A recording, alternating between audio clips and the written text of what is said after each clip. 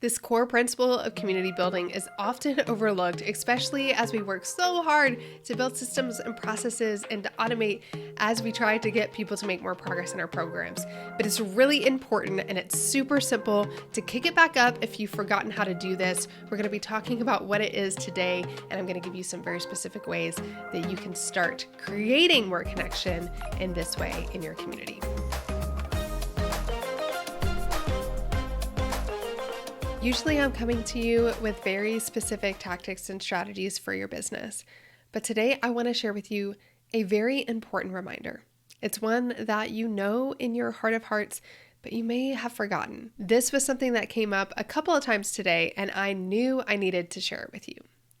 So I was on one of my retain consulting calls for my group program, and somebody in the program was talking specifically about challenges and how they have implemented challenges in their business to try and get more engagement in their community.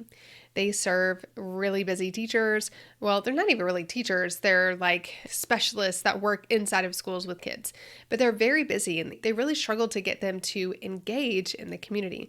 So they've implemented these challenges, and they were asking the group what they've done to make challenges really effective and to get people to participate. One of the things that one of the other members of the group shared was a great reminder to all of us. And she talked about how they did a challenge. This is another person who serves teachers specifically, but with a different focus. They talked about how they did a challenge this past summer that had nothing to do with teaching. It had everything to do with the wellness overall of the teachers. And that challenge was one of their most well-received challenges. Engagement was absolutely through the roof. And what it reminded her is that teachers want to be seen as something other than their profession. They want to connect around things that are outside of the purpose and the reason that they joined the membership. And so they did this challenge that had to do with them as a person and not them as a teacher. It was their most well-received challenge yet inside of the program.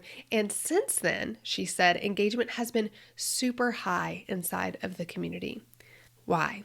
She was able to create connection. This is something that we talked about really early on, actually, in the Community Creator Show. I think actually in the first 10 episodes.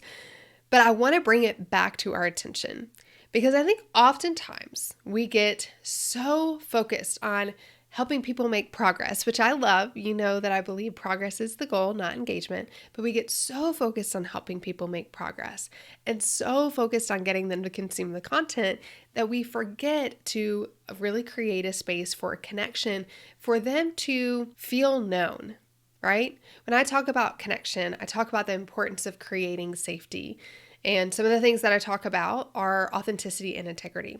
Well, authenticity is that you are who you say you are. You are who you say you are. Well, if everybody in your program is known as a teacher or as a business builder or as a nurse or whoever you serve, then they have no unique identity within that program. Their only identity is as a so-and-so teacher inside of this membership, right? So in order for them to feel seen, to feel known, they have to be revealed. We have to uncover the person. We have to give them the space and the invitation to talk about things outside of what's just happening in that program, to share the dynamic personality and the dynamic life that they have, because we are not one-dimensional. If we want people to experience the kind of safety that comes with authenticity, we have to give them space to be authentic, to be known, to share other pieces of themselves. Now, there are 3 main ways to create connection that we talked about in earlier episodes, but this one is really leaning on one of those, and it's uncommon commonalities. So out in the world, if you are a business owner and you're a work from home, homeschooling mom, that feels rare. When my local friends here meet somebody who homeschools or somebody who works from home and homeschools or somebody who's in the online, marketing, the digital space, they immediately think of me. They think, oh, they need to meet Shana. But in our world, right, in the spaces where we all hang out, that's actually not very uncommon. The majority of us work from home. The majority of us are in the online space. And so there's not uniqueness in the fact that I do that. There may be some uniqueness in the fact that I homeschool, or that I have all these children or whatever it is, or that I live in Nashville. But those are kind of the uncommon commonalities we have to pull out. So if I'm in a community and I'm a membership owner and I'm in a community with a bunch of other membership owners, what makes me different? Well, I'm a membership owner, but I love cats. I am a nomad, essentially. Like, I live wherever I want. I don't actually have a house. I am a knitter. I may be a membership owner, but I'm also a knitter. So how do we help people uncover those aspects of each other inside of our community? This is where we ask those sand kind of questions, as I talk about in my Cultivate training. I call these sand posts, but we ask these fun questions, these engaging questions that get them talking about things or connecting around things that are tangentially related to our membership. It doesn't feel like it's totally out of left field, right? But it's uncovering a different aspect of that individual. So a perfect example of this was one of the other leaders inside of the Retain program mentioned that they did a post inside of the community that had people share their work companion. And basically what they were saying is, show us pictures of your pets or your kids who are running in and out of your office all day long. And that got so much engagement because it is tangentially related, right? They're talking about work. And so it's like your work companion, but now I'm revealing a side of myself. You can see that I have a kid. You can see that I have a dog, or I'm a cat person, or I have a parrot on my shoulder. And guess what? If somebody posts a picture with a horse or with a parrot on their shoulder, the parrot people are coming, the horse people are coming, and they will connect. So it's my encouragement to you to ask questions inside of even your onboarding process, to ask questions throughout, the month, to weave things in, give members the opportunity to showcase the human side of them and uncover these uncommon commonalities that they have with other members.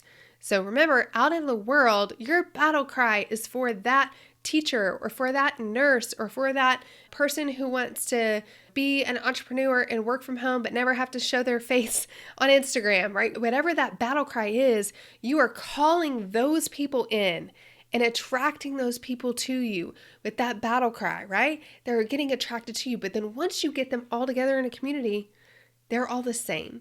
For the first time ever, they have a place where people understand them and people know them. They know them as that entrepreneurial teacher or that entrepreneurial homeschool mom or whatever that community is that you've built, which is really cool because they get to experience that feeling of somebody getting this piece of them that nobody else gets or that people typically don't understand. But they still want to be known as a person outside of that particular identity.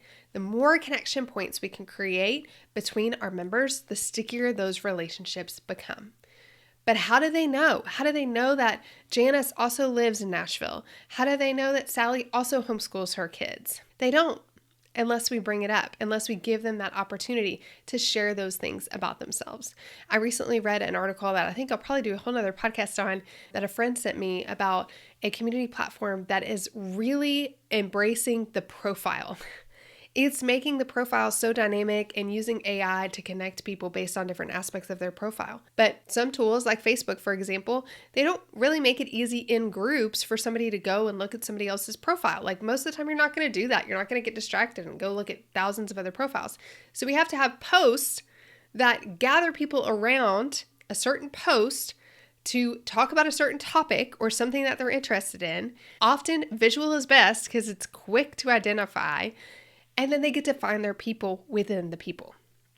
They get to find their sub-community within your community.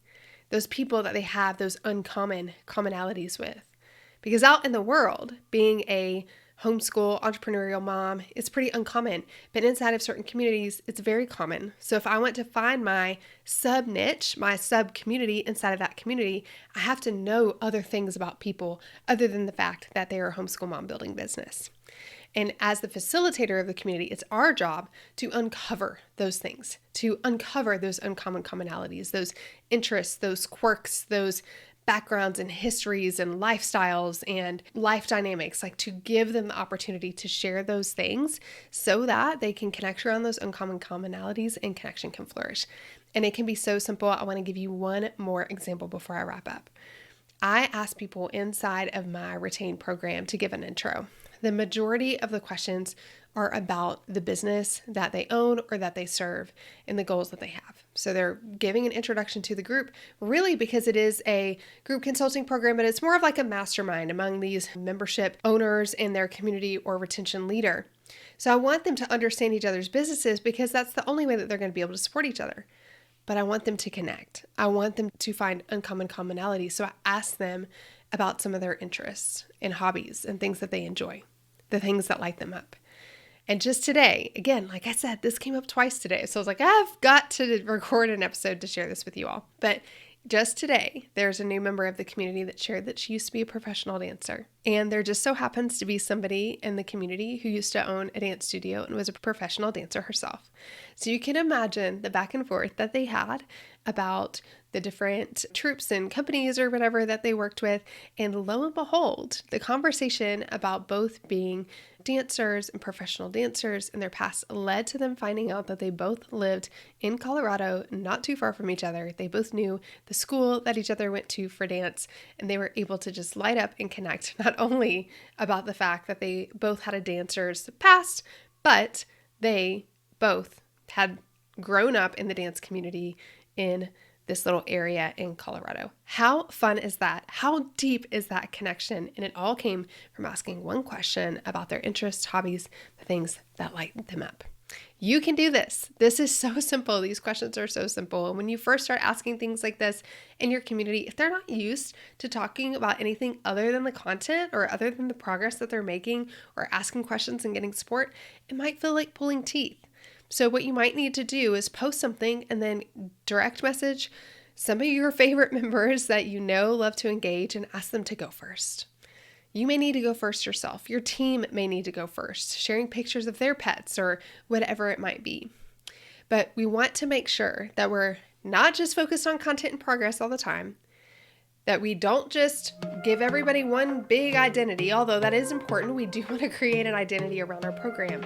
We want people to also be seen as the humans that they are, that are multidimensional, to uncover the person so that they are not a number in a program. They are a person, they are seen, and they are connected to each other via uncommon commonalities.